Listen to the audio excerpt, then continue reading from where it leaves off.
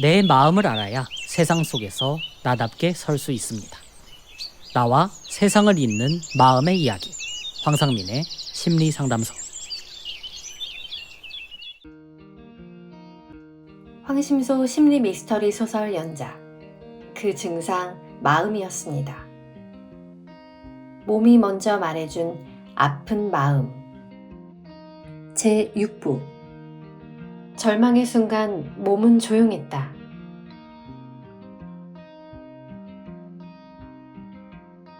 그 영상은 선미가 오랜만에 진심으로 재미있다고 느낀 작업이었다. 오래된 역사 사건에 현대 감각을 입힌 짧은 스토리텔링 콘텐츠. 연출도, 자료조사도, 편집도 그 어느 때보다 공을 들였다. 이건 좀 다른 느낌이야. 작업을 마친 밤, 선미는 조심스레 영상을 업로드했다. 손끝에 오래된 설렘이 다시 감돌았다. 이틀 동안 그녀는 계속 영상을 다시 보며 이번엔 반응이 올지도 모른다는 기대를 내려놓지 못했다. 이틀 후, 그녀는 조회수를 확인했다. 137회, 좋아요 3, 댓글 1. 이게 대체 무슨 내용인지 전혀 모르겠네요. 그녀는 마우스를 놓았다. 멍하니 화면을 보다가 천천히 창을 닫았다. 그리고 그날 밤 남편이 퇴근 후 말했다. 오늘 그 새로 올린 거 나 봤는데 근데 뭔 얘기야? 난 좀 어려웠거든? 역사 이야기인데 왜 현대 장면이랑 섞이는 거야? 그 말은 조심스럽게 건넨 말이었지만 선미에게는 익숙한 감각이 덮쳐왔다. 이해 못하겠다. 재미없다. 또 실패했다. 그녀는 무표정하게 고개를 끄덕였지만 속에선 옛 공포가 몰려오기 시작했다. 이제 아플 시간이야. 그녀는 노트북을 닫고 조용히 방에 들어갔다. 그리고 기다렸다. 허벅지, 겨드랑이, 목덜미, 턱 아래. 예전 같으면 어디든 찌릿하거나 욱신거리기 시작했을 것이다. 자기 감정을 무시했다는 감각, 실패라는 사실, 무가치하다는 믿음. 그것들이 통증으로 몸을 덮쳐왔던 수많은 밤들이 있었다.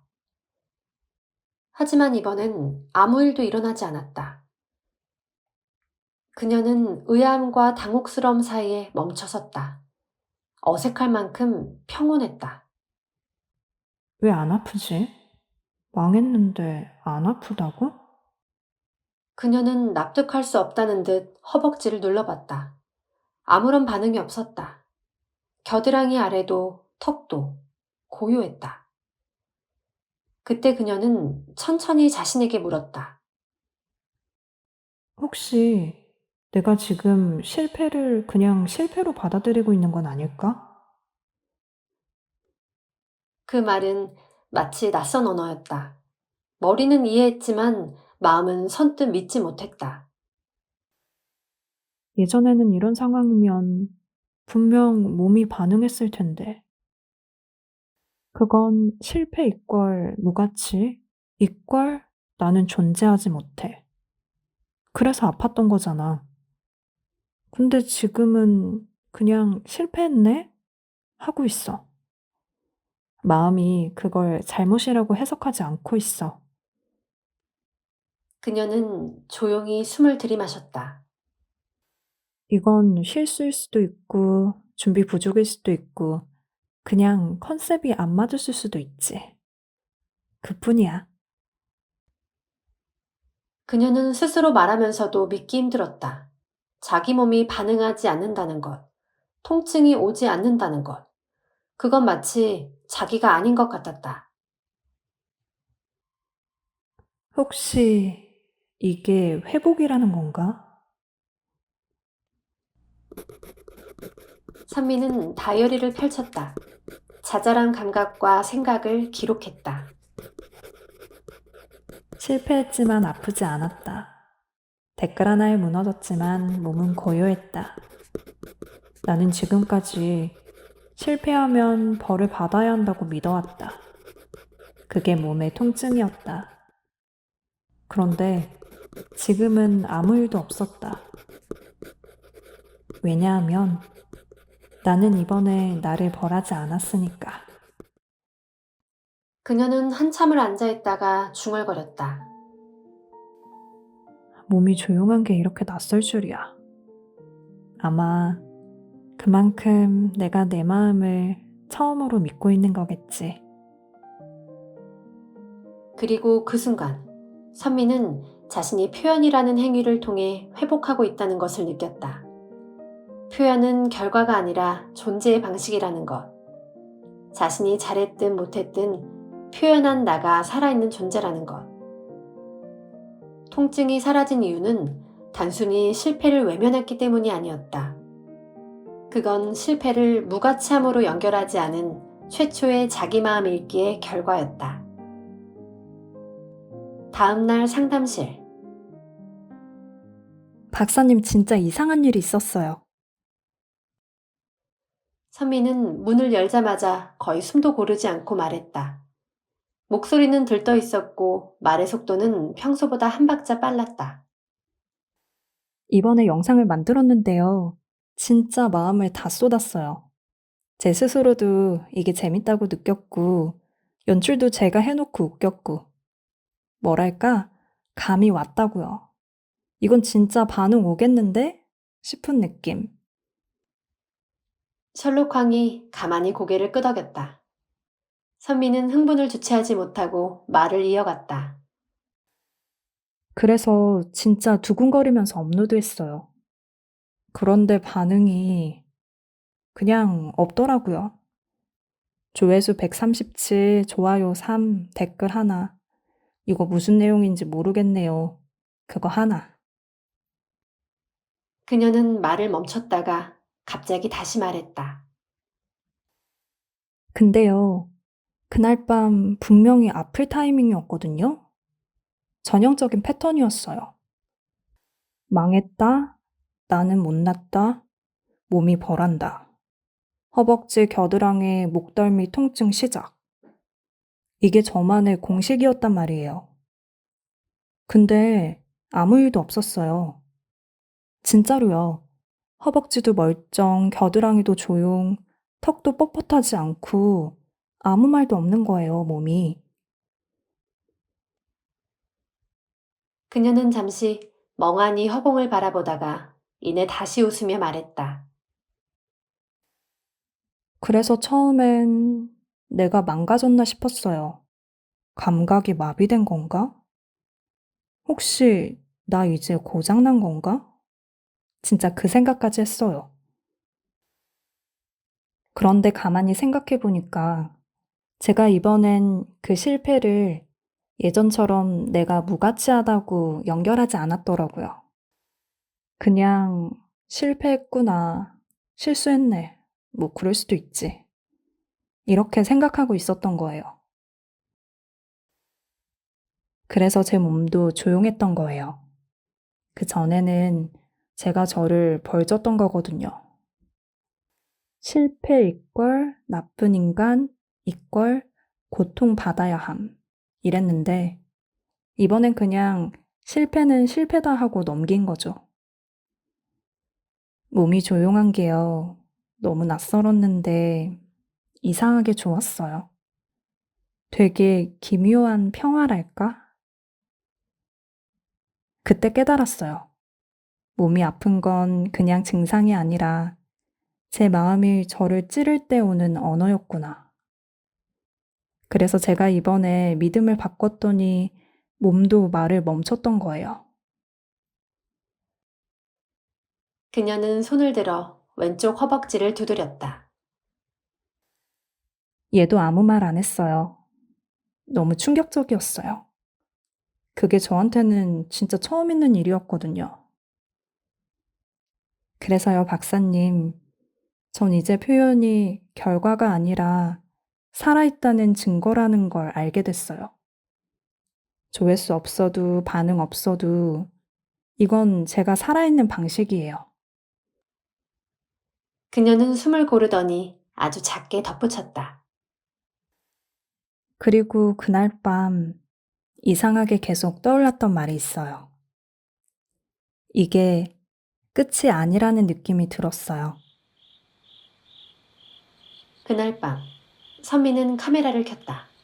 이번엔 아무런 장치도 없었다.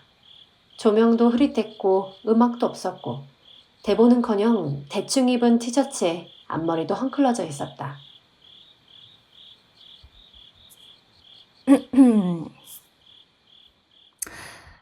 어제 제가 인생 최대의 영상 실패를 했습니다. 카메라를 향해 그녀는 진지하게 입을 열었다. 하지만 입꼬리는 이미 웃고 있었다. 조회수 137, 좋아요 3, 댓글 하나. 그나마 그 댓글도 이게 무슨 내용인지 모르겠네요 였어요. 그녀는 잠시 정적을 두더니 손뼉을 치며 말했다. 그런데요, 진짜 기적은 그날 밤 제 허벅지가 안 아팠다는 겁니다. 네, 맞아요. 김선미 영상 폭망했는데도 통증 무반응. 완전 뉴스감 아닙니까? 카메라 너머를 보며 그녀는 진지한 표정을 지었다. 진심으로 말하자면요. 그게 제 인생에서 가장 기묘한 밤이었어요. 왜냐면 그날 저는 제 인생의 공식을 깼거든요. 실패, 무가치, 자책, 통증. 이게 제 몸과 마음의 방정식이었어요. 근데 이번엔 그냥 실패는 실패더라고요. 덜 부끄럽고, 덜 아프고, 이상하게 사람 같았어요. 그녀는 웃으며 머리를 넘겼다. 그러니까요, 여러분, 제가 말하고 싶은 건 우린 실패하고도 살아남을 수 있다는 겁니다. 심지어 아프지도 않고요. 몸이 조용한 밤이요. 저는 그걸 처음 느꼈어요. 그건 마치 제가 저를 더 이상 때리지 않았다는 증거였어요. 그녀는 카메라를 향해 고개를 끄덕이며 말했다. 그리고 솔직히 말씀드릴게요. 제 흑역사 아직도 많아요. 자다가 일어나서 내가 그때 왜 그랬지 싶은 영상들 수십 개입니다. 근데요, 이젠 그 영상들이 저를 찌르지 않아요. 그냥 하나의 추억이에요. 찌질하고 창피하지만 그것도 저였으니까. 영상은 이렇게 끝났다. 나는 실패한 순간에 진짜 나를 찾았다. 그게 그렇게 웃긴 일일 줄은 몰랐지만 몸이 아프지 않은 걸 보면 이건 꽤 괜찮은 엔딩이다. 몇 주 뒤, 선미는 셜록항의 상담실에 앉아 있었다. 이번엔 유난히 말이 많았다. 마치 오랫동안 쌓아둔 해답을 드디어 꺼내 보여주는 사람처럼. 박사님, 저 요즘 제 통증을 믿을 수 없을 만큼 잘 다루고 있어요. 그날 있잖아요. 몸이 안 아프던 그날. 제가 실패한 영상 올리고 댓글도 엉망이고 남편도 이해 못하겠다고 하고. 진짜 무너지는 줄 알았거든요. 그런데도 아무 데도 안 아팠어요. 허벅지도, 겨드랑이도, 심지어 턱도. 그날 저는 이상했어요. 왜 통증이 안 오지? 그게 더 무서웠어요. 혹시 내가 감정이 무뎌진 건가? 망가진 건가? 근데 아니더라고요. 그날 제가 한 건 딱 하나였어요. 그냥 실패를 실패로만 받아들였어요. 실패 이걸 내가 잘못했다가 아니라 그냥 실패했구나. 그러고 넘어갔어요. 그러니까 몸이 반응을 안 하더라고요. 그동안 저는 늘 실패하면 벌을 받아야 된다고 믿었어요. 저를 괴롭혔던 게 제 몸이 아니라 제 믿음이었던 거예요. 그녀는 셜록항을 바라보며 속삭이듯 말했다. 통증은 제가 나답지 않게 살고 있다는 경보였어요. 셜록항은 고개를 천천히 끄덕였다. 통증은 과부하된 삶의 결과물이기도 합니다. 자기 존재가 부정될 때, 감정이 사라질 때, 몸이 마지막으로 보내는 메시지예요. 선미는 다시 웃으며 말했다. 그리고요, 저 그걸 콘텐츠로 만들었어요. 그냥 막 솔직하게 영상 망한 날 통증이 사라진 이유에 대해 브이로그 찍었거든요. 정말 아무런 포장 없이 그냥 주방 조명 밑에서 혼자 떠들었어요. 근데요, 박사님, 그 영상 조회수 2천 넘었어요. 아무 음악도 없고 아무 구도도 없었는데요. 그냥 제가 제 흑역사를 웃기게 말한 영상인데 다들 댓글로 이거 내 얘기 같다고 해줬어요. 그녀는 목소리를 낮추었다. 그때 알았어요. 저는 있어 보이는 사람, 괜찮은 사람, 잘난 사람이 되고 싶어서 몸이 그렇게 아팠던 거예요. 그 틀 안에 억지로 끼워 맞추려 했던 삶이 저를 갉아먹은 거였어요. 이제는 알겠어요. 통증은 실패의 징표가 아니라 제가 제 마음을 무시했을 때 생긴 언어였다는 걸요. 그리고 지금은 저는 제 몸이 조용한 게 저를 믿기 시작했다는 증거라는 걸요. 그날 밤 그녀는 다이어리에 이렇게 썼다. 나는 통증이 있을 때보다 통증이 없을 때 더 혼란스러웠다. 하지만 그 침묵은 내 마음이 나를 향해 처음 보는 신뢰였다. 괜찮은 사람, 멋있는 사람, 대단한 사람이 되려다 망가진 내 몸은 이제 나에게 말하지 않는다. 대신 나는 말한다. 있는 그대로 웃기고 찌질하고 울고 그래도 말할 수 있다는 것. 그것이 내가 살아있는 방식이다.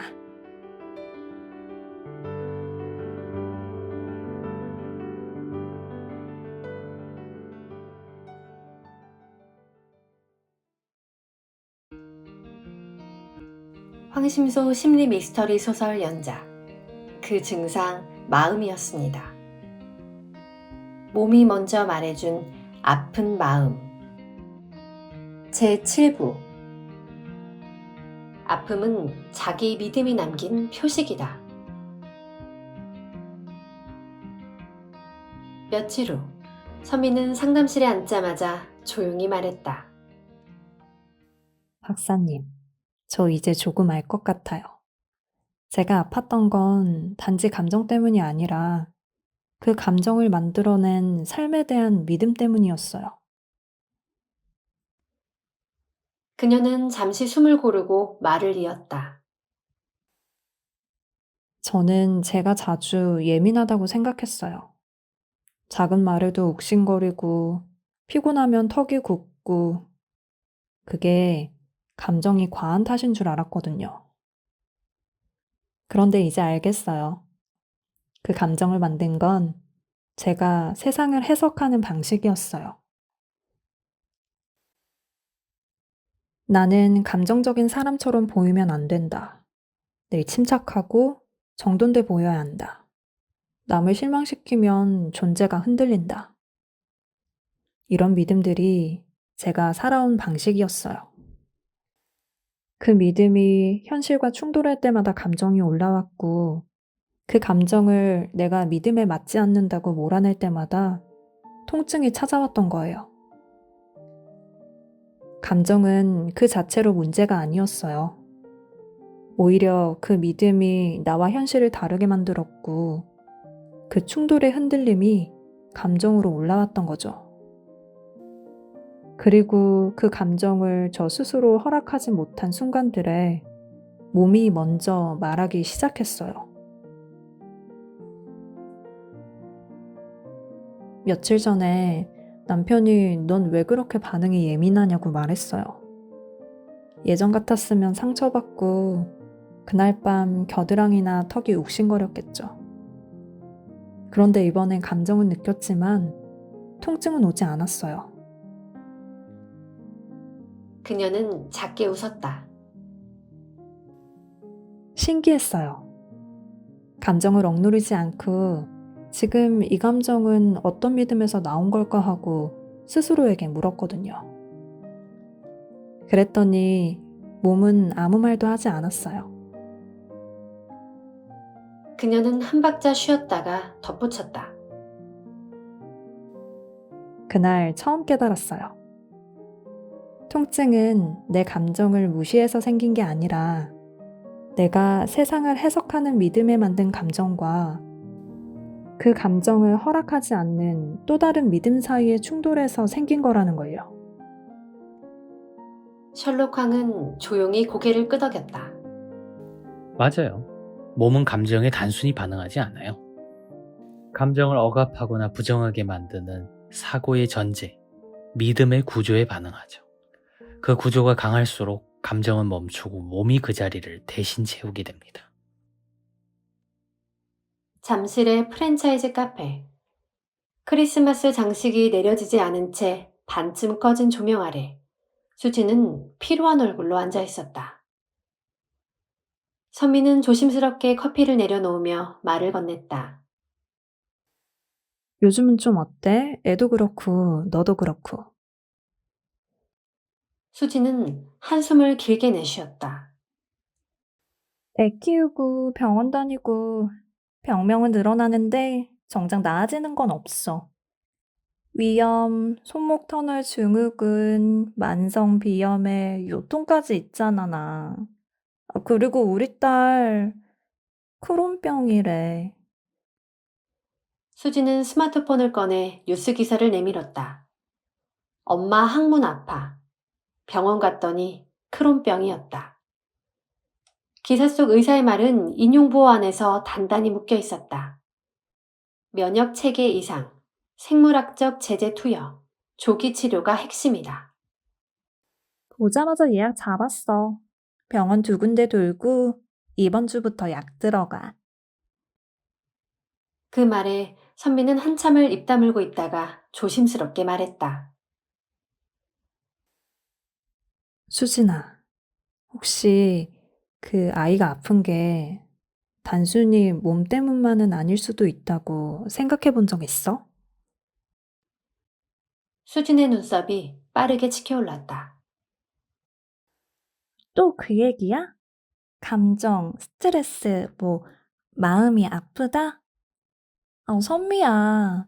애가 항문이 찢어질 정도로 아프다니까? 피를 보고 온 애야. 의사도 말했어, 염증이라고. 진짜로 눈에 보이는 거라고. 선미는 흔들리는 커피잔을 내려다보았다. 표면에 비친 수진의 얼굴은 단단해 보였지만 그 단단함 안에 뭔가 흔들리는 그림자가 있었다. 나도 그랬어. 대상포진 진단받고 항바이러스제 맞고 백신 3번까지. 기사도 수없이 읽었고 스트레스 때문이라는 말도 믿기 싫었어. 근데 계속 아팠어. 진짜 문제는 진단되지 않는 감정이었더라. 수지는 컵을 내려놓으며 말했다. 너 지금 뭐 말하는 거야? 그럼 내가 우리 애를 아프게 만들었다는 거야? 그 말은 선미에게 낯설지 않았다. 그녀 자신이 과거 셜록항 앞에서 똑같이 외쳤던 말이었다. 그럼 제가 잘못 살아온 거예요? 선미는 숨을 들이쉬고 말했다. 아니, 그건 잘못이 아니야. 그건 우리가 스스로를 지키기 위해 만든 믿음일 뿐이야. 수지는 시선을 돌렸다. 창밖엔 쌀락눈이 조용히 흩날리고 있었다. 며칠 전에 딸이 열나서 밤새 안고 있었거든. 아침에 눈물이 막 나더라. 그랬더니 남편이 말했어. 너 왜 이렇게 감정 기복이 심하냐고. 그 말에 선미는 천천히 고개를 끄덕였다. 나도 그랬어. 감정을 느끼는 게 죄인 줄 알았어. 감정을 드러내면 안 되는 사람이라는 믿음이 날 매번 아프게 만들었어. 그 믿음이 위협받을 때마다 감정이 올라오고 그 감정을 말하지 못하면 결국 몸이 먼저 말해.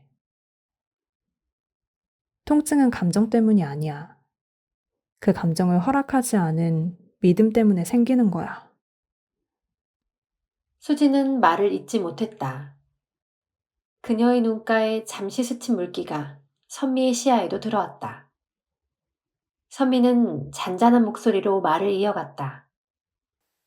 수진아, 감정은 우리를 흔드는 게 아니라 우리를 지키는 살아있다는 신호야.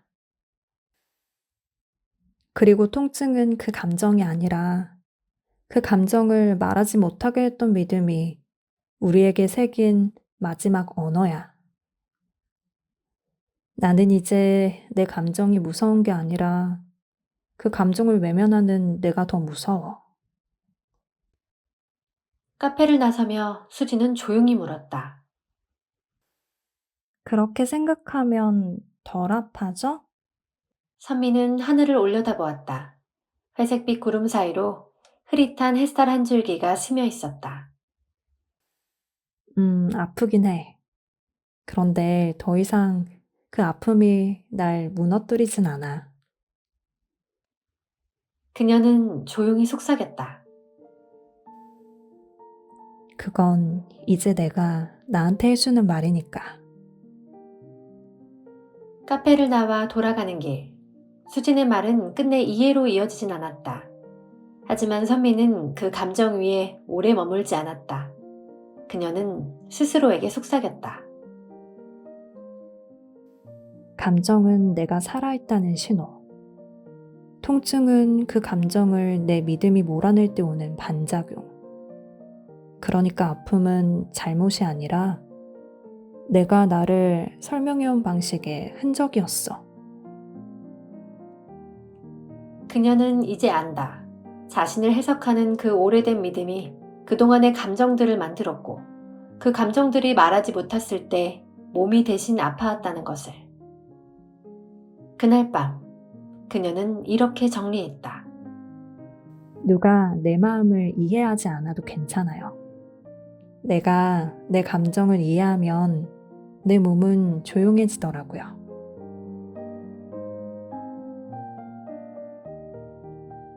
에필로그.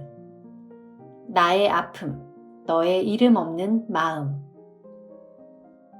며칠 후 선미는 다시 오래된 다이어리를 꺼냈다. 몇 년 전의 손글씨가 그날의 온도로 남아있었다. 2022년 5월 14일. 영상 실패 후 허벅지 욱신거림. 자책감, 무가치함. 2022년 6월 7일. 엄마 말 한마디에 심장 두근거림. 괜찮냐는 말 한 번 없었어.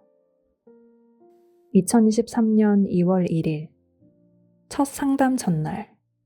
턱이 뻣뻣했다. 말을 하지 못했다. 그녀는 한참 동안 그 문장들을 바라보다 그 아래에 작고 단단한 글씨로 천천히 적었다. 나는 이제 통증을 몸의 문제가 아니라 삶의 믿음이 남긴 표식으로 읽는다. 이건 병이 아니라 신호다. 말하지 못했던 내 마음이 몸으로 먼저 다녀간 흔적이다. 그리고 지금 나는 그 흔적들을 지우지 않고 조용히 껴안기로 했다. 그날 밤 그녀는 카메라를 켰다. 화장은 없었고 목소리는 낮고 부드러웠다. 오늘 친구를 만났어요. 예전에 저를 보는 것 같았어요. 마음이 먼저 아픈데 그걸 누구도 들어주지 않았던 저요. 그때 몰랐어요. 왜 자꾸 허벅지가 아프고 왜 겨드랑이 안쪽이 욱신거리는지. 왜 밤마다 아무 일도 없는데 숨이 막히는 것 같았는지. 그런데 이제 알아요. 그건 감정 때문이 아니라 그 감정을 낳은 믿음 때문이었어요. 나는 괜찮아야만 사랑받는다고 믿었고, 나는 감정을 표현하면 무너질 거라 믿었고, 나는 실수하면 존재할 수 없다고 믿었어요.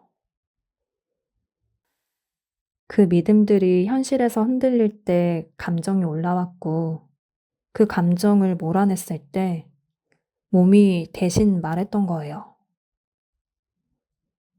통증은 내가 나를 밀어냈던 자리에서 몸이 먼저 소리친 언어였어요. 카메라를 끈 그녀는 한동안 어두운 화면을 바라보다 조용히 중얼거렸다. 나는 그 아픔 속에 있었던 게 아니라 그 아픔이 나를 붙들고 있었던 거였구나. 그리고 이제 나는 그 손을 뿌리치지 않고 잡아주기로 했어. 그녀는 노트를 펴고 마지막 문장을 적었다. 이제 나는 감정이 올라올 때 두려워하지 않고 그 감정의 뿌리를 따라 나를 만나러 간다. 통증은 그 감정을 지우려 할 때마다 내가 나를 부른 언어였다. 지금 나는 나와 함께 살아가고 있다. 그리고 이 삶은 조용히 다시 시작되고 있다.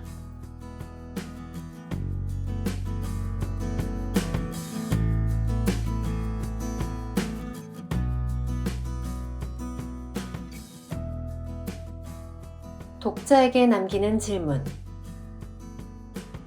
당신이 지금 느끼는 아픔은 당신이 어떤 믿음으로 자기 자신을 해석해왔는지 말해주는 신호일지도 모릅니다. 그 믿음을 다시 읽어보세요. 그곳에 당신의 마음이, 당신의 말 못한 감정이 몸을 빌려 조용히 서 있는지도 모르니까요.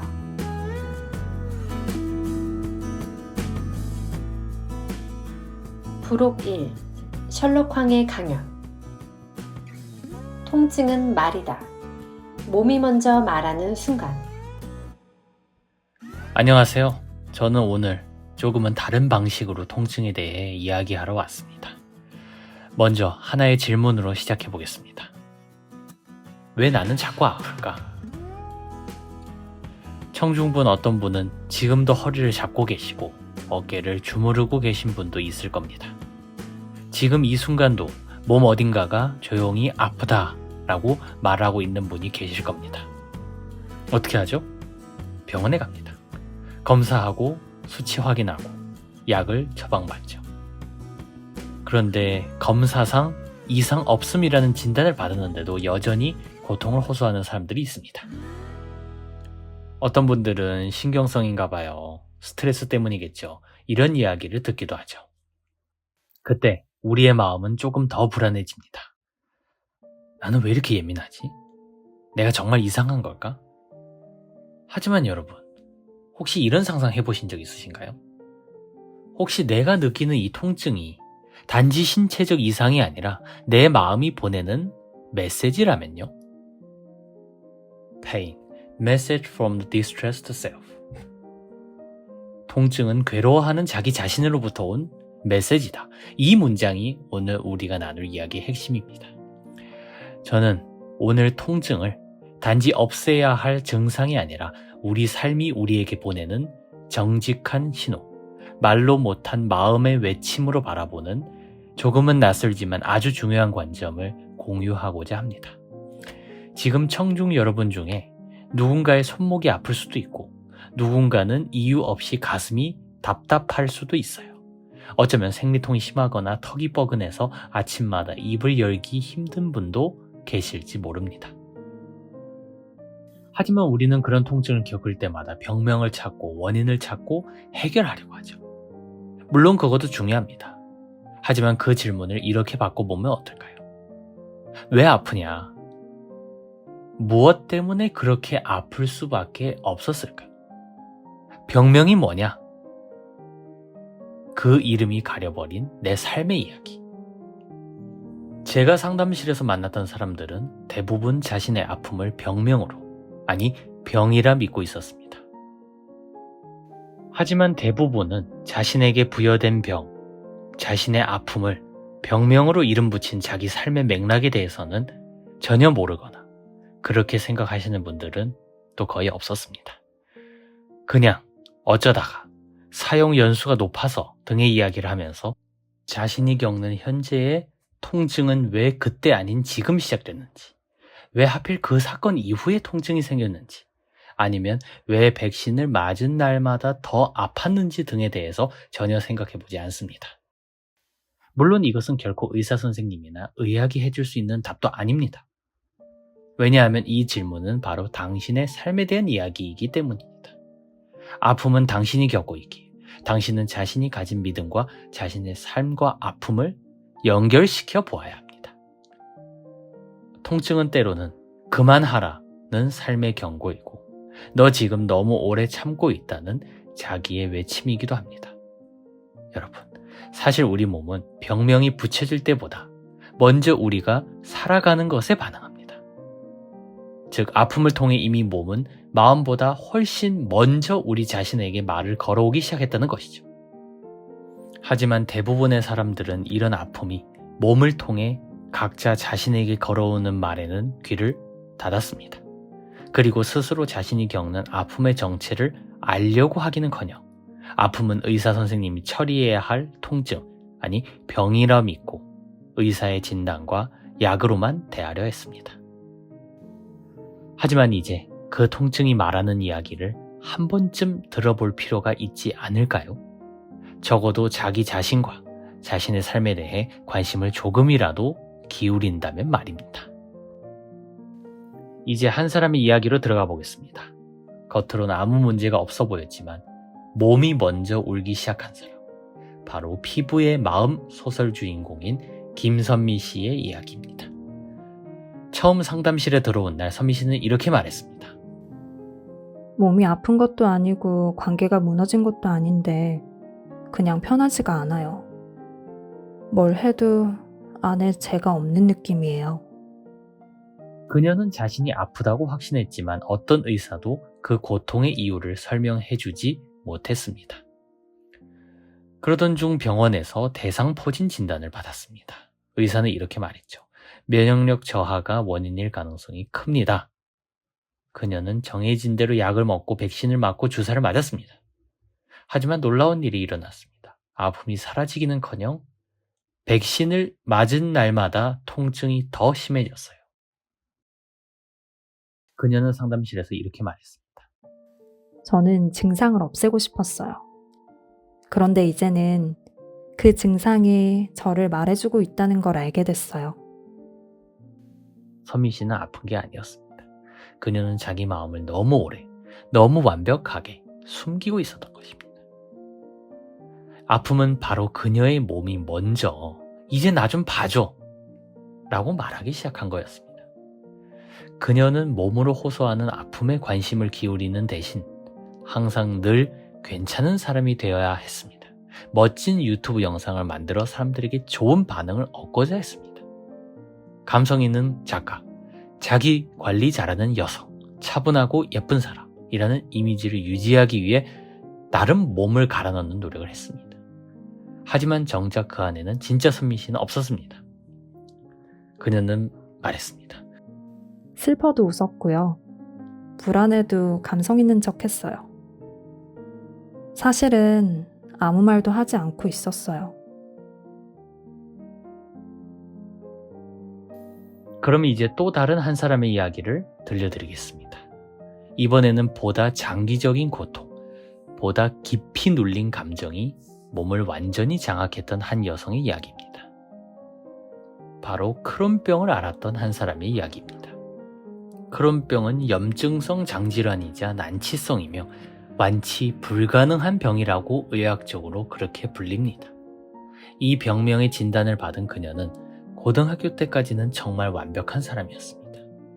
공부도 잘하고 운동뿐 아니라 미모까지 자랑하는 그런 사람이었어요.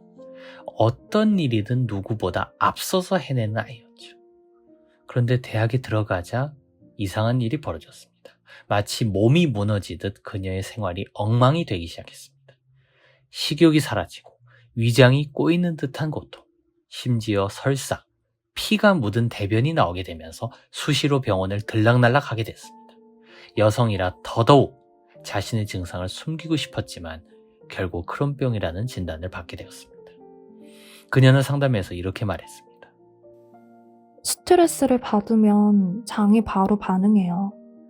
밤새 잠을 못 자고 모기 한 마리 때문에 뒤척이면 다음날 화장실만 10번 넘게 가요. 피도 나요. 진짜예요. 이건 병이에요. 저는 정말 아픈 사람이에요. 네, 그녀는 정말 아팠습니다. 하지만 제가 그녀에게 드린 질문은 이것이었습니다. 그런데 왜 그렇게까지 아파야 했을까요? 담당 의사는 이렇게 말했대요. 장에 염증이 있습니다. 면역세포가 과민하게 반응하는 겁니다. 좋습니다. 그런데 저는 이렇게 묻고 싶었습니다. 당신은 현재 자신의 생활을 어떻게 보고 있나요? 혹시 스스로 자신이 완벽해야 했고 실수하면 안 된다고 믿지는 않나요? 혹시 이 병만 아니면 지금보다 더 잘 살고 이상적이라 믿는 완벽한 삶이 만들어질 것이라 기대하지는 않나요? 그녀는 잠시 침묵했고 조용히 말했습니다. 어쩌면 내가 정말 잘 살아야 한다고 믿었는데 그것이 안 되는 것 같아. 그게 무서워서 그냥 병이라고 말하는 게 더 쉬웠던 것 같아요. 그녀는 몸이 아픈 게 아니라 자신이 굳게 믿던 이루지 못한 삶의 방식이 몸을 아프게 만들고 있었던 거였습니다. 그녀는 이렇게 말했습니다. 나는 능력이 없는 게 아니에요. 나는 병이 있는 거예요. 그래서 내가 이렇게 된 거예요. 그녀는 자신의 실패를 병이라는 이름으로 감췄습니다. 그녀는 몸이 나를 배신했다고 생각했지만 사실은 그 반대였습니다. 몸은 그녀가 자기 삶을 설명하지 못했을 때 그녀 대신 진실을 말하기 시작한 거였습니다. 감정은 숨길 수 있습니다. 말은 안 할 수 있습니다. 하지만 몸은 숨기지 않습니다. 몸은 정직합니다. 왜냐하면 우리의 마음이 몸으로 나타나기 때문입니다.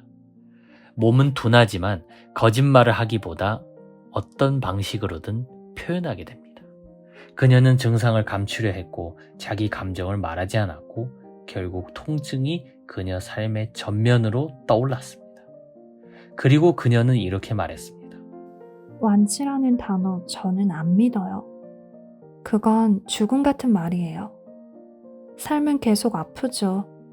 하지만 이젠 그 아픔이 제가 저를 부르고 있다는 걸 알게 됐어요. 나는 지금 나답게 살고 있는가? 제가 오늘 여러분께 전하고 싶은 말은 아주 단순합니다. 당신이 지금 아프다면 그건 진짜입니다. 그건 몸의 고장일 수도 있지만 그보다 더 자주 말하지 못한 마음일 수도 있습니다. 당신의 몸은 지금 어떤 말을 하고 있나요? 병명을 찾기 전에, 수치를 확인하기 전에 한번 물어보세요. 병원에 가기 전에 자기 마음에게 먼저 말을 걸기 시작합니다. 그는 자리에 앉아 무릎을 문지르며 생각합니다. 이 아픔, 내가 말하지 못한 그 마음이었구나. 자, 오늘 우리는 통증이 단지 병이 아니라 마음의 언어일 수 있다는 이야기를 함께 나누었습니다. 누구도 설명해주지 못했던 아픔, 왜 하필 지금 아플까라는 질문, 그리고 나는 이 통증을 통해 나에게 무슨 말을 하고 있었을까라는 질문까지. 혹시 지금 몸 어딘가를 만지고 계신가요? 어깨, 목, 허리, 가슴 한쪽? 그곳이 지금 여러분에게 이렇게 말하고 있을지도 모르겠습니다.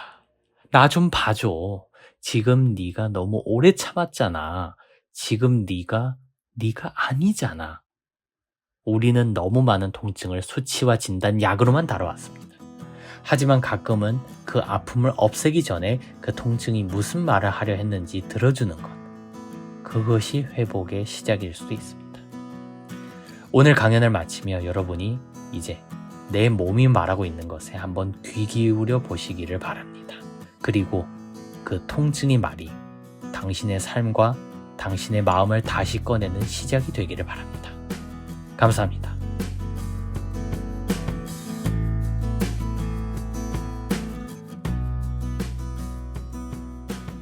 부록 2. M형 다이아몬드 WPI 프로파일에 대한 셜록 황의 해설. 선미 씨는 M형 다이아몬드의 마음을 가졌습니다. 1. 셜록 황의 설명. 왜 M형 다이아몬드인가? 상담 초반. 선미는 조용하고 예의 바르며 정리된 사람처럼 보였다. 하지만 말투는 어딘가 자기 말에 자신이 없는 울림이 있었고, 감정을 말할 때조차 그건 별일 아니에요 라고 덧붙였다. 셜록 황은 그녀의 WPI 검사 결과를 펼쳐놓고 말했다. 선미 씨는 M형 다이아몬드입니다. 로맨티스트와 아이디얼리스트의 복합형, 예민한 감수성과 높은 이상, 그 두 가지가 한 사람 안에서 계속 충돌하고 있어요. M자형은 WPI 프로파일에 로맨티스트와 아이디얼리스트 두 가지 성향이 얽힌 복합적인 마음 구조이다. 감수성이 예민하고 불안하고, 동시에 창의적이고 이상지향적이며 엉뚱하고 독립적이다. 이 두 가지가 조화를 이루지 못할 경우 자기 존재에 대한 깊은 혼란과 자책, 불안으로 이어지며, 특히 자기 평가와 타인 평가 사이의 간극이 클수록 나는 왜 이러지? 라는 자가 비판 루프에 갇히기 쉽다. 2. 선미의 사례. 왜 일반 심리검사나 의학 처리로는 해결되지 않았는가? 일반적인 심리검사나 의학 치료 모델에서는 다음과 같은 방식으로 접근했다. 의학적 진단으로 그녀의 증상은 대상포진이라는 병명으로 진단된다. 면역력 저하, 바이러스 요인으로 설명했다. 증상 중심 심리 검사는 불안, 우울, 스트레스 수준을 수치화했지만 그 원인을 그녀가 가진 자기 인식으로 해석하거나 그 사람이 자신의 삶에 대해 가진 믿음의 구조를 다루지 않았다. 그러나 그녀의 증상은 신체적 문제로 시작되지 않았다. 그녀는 말하지 못한 감정, 표현하지 못한 자기 마음, 증명으로 지탱된 존재 속에 너무 오랫동안 자신을 억눌러 왔고, 그 감정이 몸을 통해 말을 걸고 있었던 것이다. 황상민 박사는 이것이 바로 현대 정신의학이 설명하지 못하는 마음의 본질이라고 지적한다. 3. WPI 심리상담의 관점. 왜 선미는 스스로를 이해할 수 없었나? M형 다이아몬드는 다음과 같은 특성을 가진다. 감성적이지만 소통이 어려움. 감정을 느끼지만 제대로 말하지 못하고 사귄다. 높은 이상과 낮은 자기 확신. 생각은 많고 멋있지만 실행에 옮기기 전에 스스로 주저한다. 남들과 다르다는 인식. 사회적 기준과 자꾸 충돌하며 스스로를 이상하게 여긴다. 그러니 일반적인 정신과 진단 체계로는 이 복잡한 내면 구조를 우울증이나 불안장애로 처리하고 감정 조절 혹은 약물 치료 정도로 접근하게 되는 것이다. 하지만 그녀는 병이 아니라 자기 마음의 구조에서 스스로의 자기 삶의 길을 잃은 사람이었다. 셜록 황의 상담 메모.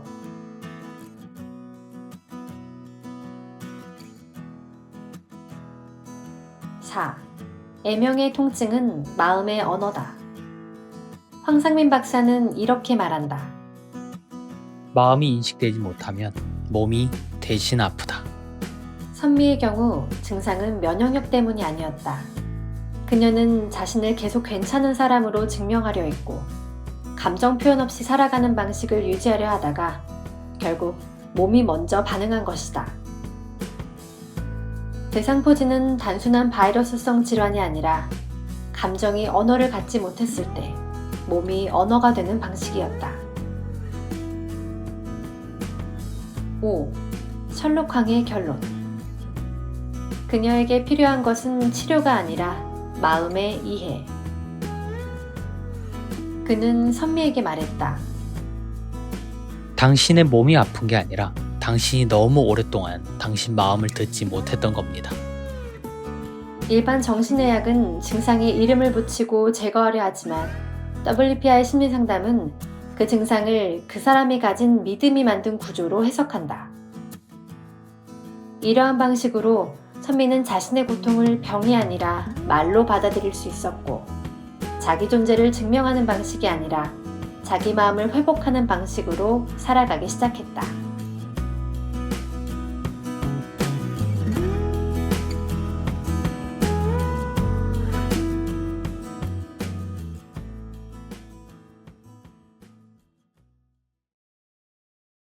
대한민국 대표 심리상담가 황상민. 누구나 쉽게 자신의 마음-정신 건강을 확인할 수 있도록 직접 대면하지 않아도 언제 어디서든 인생 상담을 받을 수 있게 온라인 상담을 진행하고, 단순히 들어주는 상담에서 그치는 것이 아니라 고민의 근본적인 원인을 파악하여 내담자가 원하는 삶을 향해 나아갈 수 있도록 내면의 힘을 키울 수 있는 해결책을 제시합니다. 마음, 정신, 건강 조치의 황상민 박사님께 온 오프라인 심리상담을 받아보세요. 고민이 있으시다고요? 황심소로 고민 사연을 보내주세요. 어떻게 참여하냐고요?